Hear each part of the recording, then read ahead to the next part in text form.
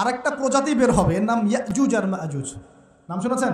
এই যে এই সূরার মধ্যেই আছে, এই সূরা কাহাফের কথা বললাম না, সূরা কাহাফের পিছনের দিকে আছে ইন্না ইয়াজুজ ওয়া মাজুজ মুফসিদুনা ফিল আরদ। যুলকারনাইন বাদশার কথা পড়বেন, তিনি এই যে দেয়াল নির্মাণ করে দিয়েছিলেন লোহা এবং তামা দিয়ে, মনে আছে, পড়েছেন?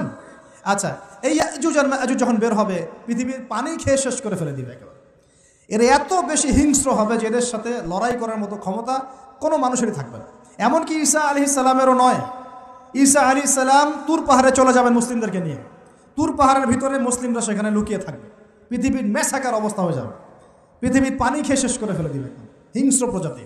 তখন ঈসা আলাইহিস সালাম আল্লাহর কাছে দোয়া করবেন, আল্লাহ এই বিভৎস এই জাতিকে ধ্বংস করো।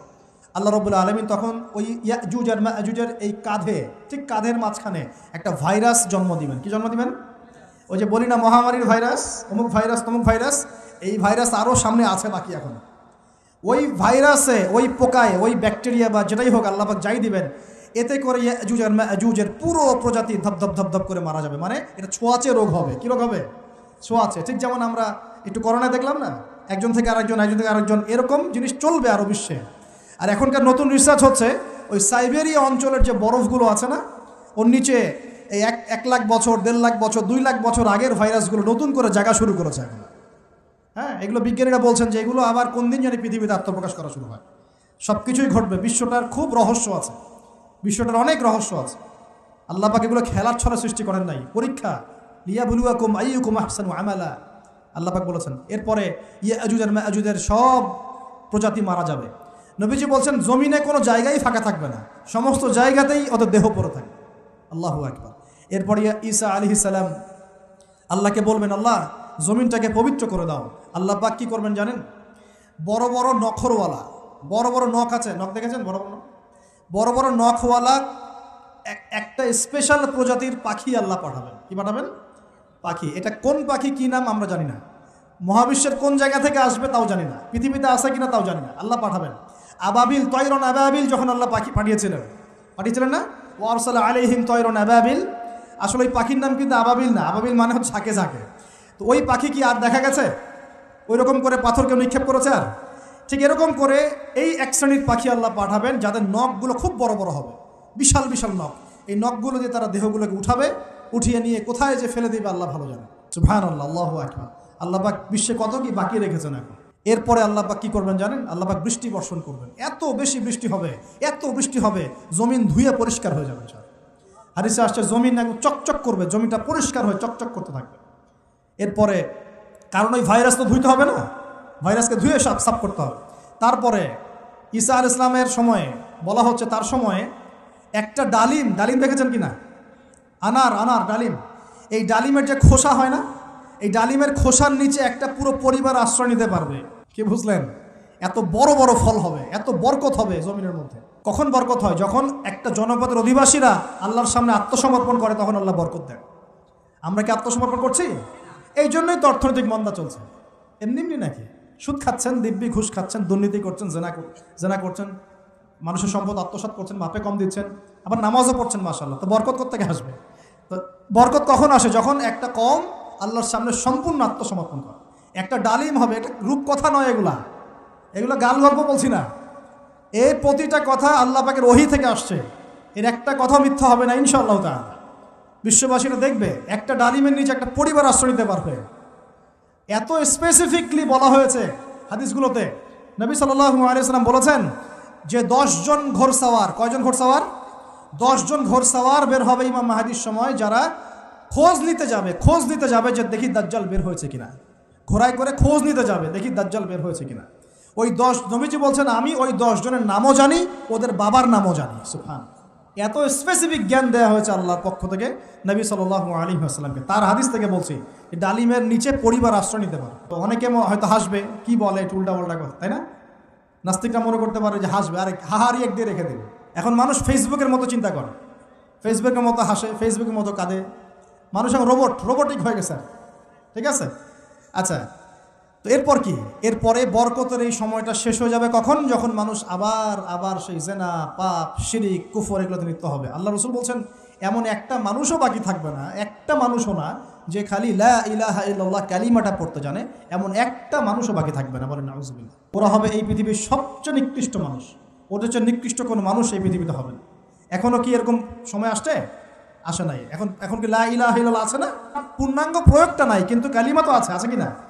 তখন নবীজি বলছেন এমন একটা যুগ আসবে যে লা ইলাহা ইল্লাল্লাহ বলার মতো একটা মানুষ খুঁজে পাওয়া যাবে না, আর মানুষ রাস্তাঘাটে কুকুরের মতো জেনা করবে।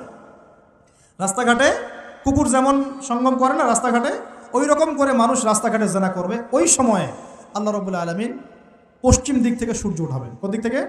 সূর্য সত্যি সত্যি পশ্চিম দিকে উঠবে। পৃথিবী একদিকে ঘুরছে না এখন, কে জানে আল্লাহ পাক পৃথিবীর ঘূর্ণন থামিয়ে উল্টা দিকে ঘোরাতে পারেন না? অবশ্যই পারেন। আল্লাহ পাকের জন্য এটা খালি বলা, কুন ফায়াকুন, হও হয়ে যাও ব্যাস। পুরো বিশ্বের বড় বড় ডিপার্টমেন্টগুলো কারা নিয়ন্ত্রণ করছে? আমরা নিয়ন্ত্রণ করছি? জি না। এমনকি খ্রিস্টানরাও নিয়ন্ত্রণ করছে না, বরং ওরাই নিয়ন্ত্রণ করছে। আপনাকে গভীরে ঢুকতে হবে তো। তার মানে সে আত্মপ্রকাশ না করলেও তার অনুসারীরা তো মাশাআল্লাহ শক্তিশালী হয়ে গেছে কি না? তার মানে সময় কাছে না দূরে? কাছে। এটা বোঝার জন্য কি ভবিষ্যৎবাণী করা লাগে, গণক হওয়া লাগে, জ্যোতিষী হওয়া লাগে? এটা বোঝার জন্য কোরআন সুন্নাহর সাথে শেষ জামানা স্টাডি করলেই হয়। Economics, world affairs, history study করলেই বুঝতে পারেন, হৃদয়ের চোখ খুলে যাবে ইনশাআল্লাহ। আল্লাহ পাক বোঝার তৌফিক দান করুন। এখন সে বের হয়ে বিশ্বটাকে শাসন করবে ঠিকই, কিন্তু তার সাথে লড়াই করার ক্ষমতা ওই সময় মুসলিমদের থাকবে না। তখন আল্লাহ পাক পাঠাবেন ওই যে সত্যিকারের মাসিহ ঈসা আলাইহিস সালাম। কাকে পাঠাবেন? তিনি নামবেন সিরিয়ায়। কোন দেশে? সিরিয়ার দামেশকে তিনি নামবেন, দুজন ফেরেশতার কাঁধে ভর দিয়ে।